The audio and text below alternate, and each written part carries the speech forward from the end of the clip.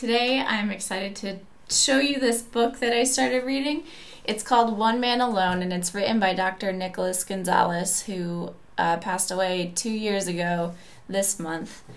He was a doctor practicing out of New York City, if you haven't heard of him, using a protocol including large amounts of pancreatic enzymes, an individualized diet, and coffee enemas to treat people with metastatic cancer and other diseases.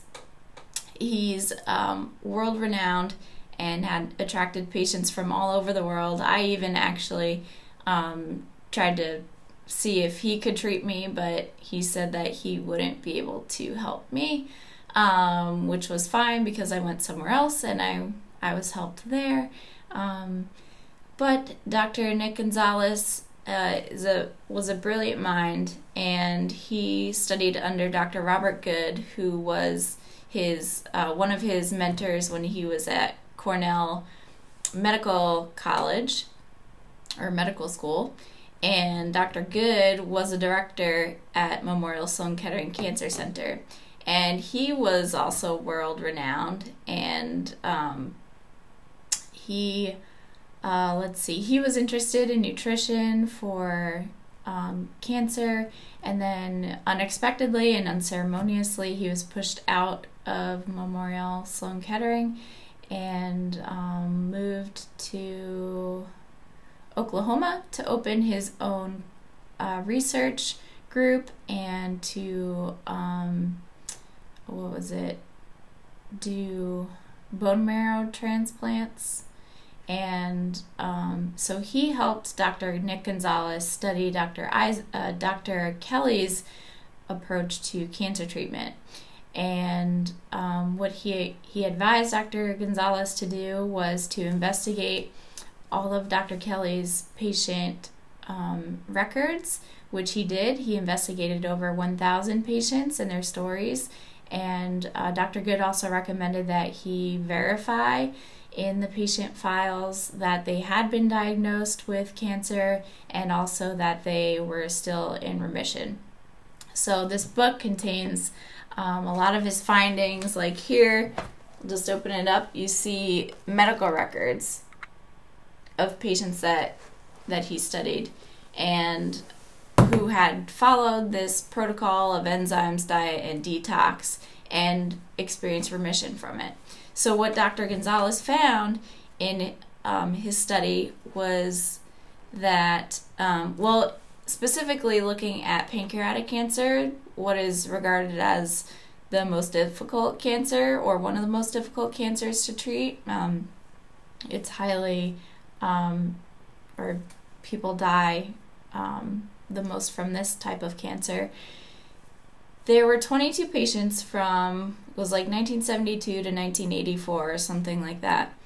22 patients saw Dr. Kelley. 10 of them never adhered even one day to his protocol because, according to their families, there was a lot of pressure from the doctors and the family members to not try this alternative approach to cancer treatment. And they lived an average of 63 days, which was typical compared to conventional treatment with chemotherapy. Then 7 out of the 22 of these pancreatic cancer patients lived around 302 days, which is 5 times as long as those who did conventional therapy. And these 7 who survived 300 days, they followed the protocol somewhat. And then the last 5 survived greater than 8 years from their pancreatic cancer, and they adhered strictly to the protocol.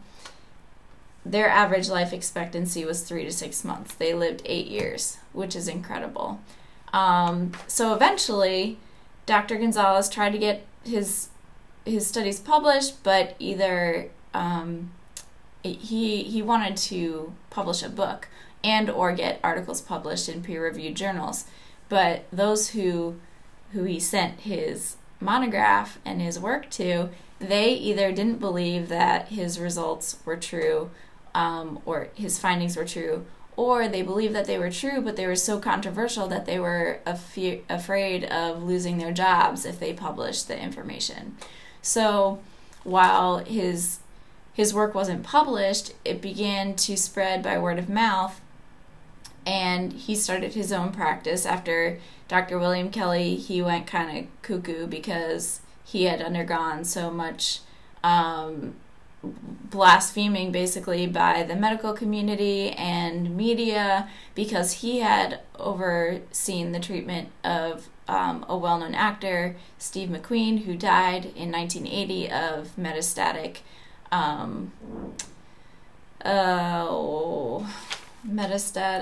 mesothelioma while he was in a Mexican clinic. And so Dr. Kelley, he became paranoid. He thought Dr. Gonzalez was purposefully trying to prevent his own work from being published. It didn't make any sense at all. But Dr. Gonzalez believed that Dr. Kelley was a genius, and so he opened his own practice along with Dr. Linda Isaacs in 1987, I think it was, and he was helping a lot of people, and his practice began to grow. And then he heard about a study being done by the Office of Technology Assessment in the United States that would do a thorough investigation of alternative cancer therapies.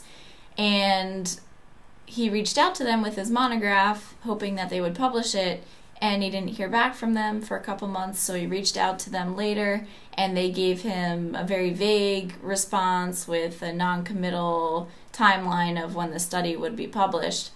So he waited and waited, and eventually in February 1990, the report came out, and it was 500 pages long, with 11 pages dedicated to Dr. William Kelley's results, slandering him, calling him a quack, and with no mention of Dr. Gonzalez's monograph investigating all these cases of successful patients. So there was an outcry in Congress and activists, and the Office of Technology Assessment was forced to republish their study, which came out later in 1990, and they had to include Dr. Gonzalez's findings, but they gave him as little credit as humanly possible, Dr. Gonzalez quotes, and it even to this day, Dr. Gonzalez was writing in his book that physicians still quote this study, which was done unprofessionally, saying that there is no grounds for using these alternative therapies. So Dr. Gonzalez and his partner, Dr. Linda Isaacs, they started to write books and articles to share information with those who would want to do an objective investigation of this approach to cancer treatment. And unfortunately, Dr. Gonzalez passed away 2 years ago, as I said earlier, and but Dr. Isaacs is carrying on the practice in New York City. She's still seeing patients, and I just wanted to tell you about this because I just find it so interesting. Like, I just want to know what people have done that's worked. And Dr. Gonzalez and Dr. Isaacs and Dr. Kelley were very successful in what they did. And so their approach is found in this book. I think it was about maybe about $50, including shipping. But this could save a life. Could save yours, could save somebody's life that you know. And I can't wait to keep reading it and hope that you may read it as well and find something really interesting, some information that you could share with others and help them on their own pathway to healing. So this is it for today. I will chat with you soon.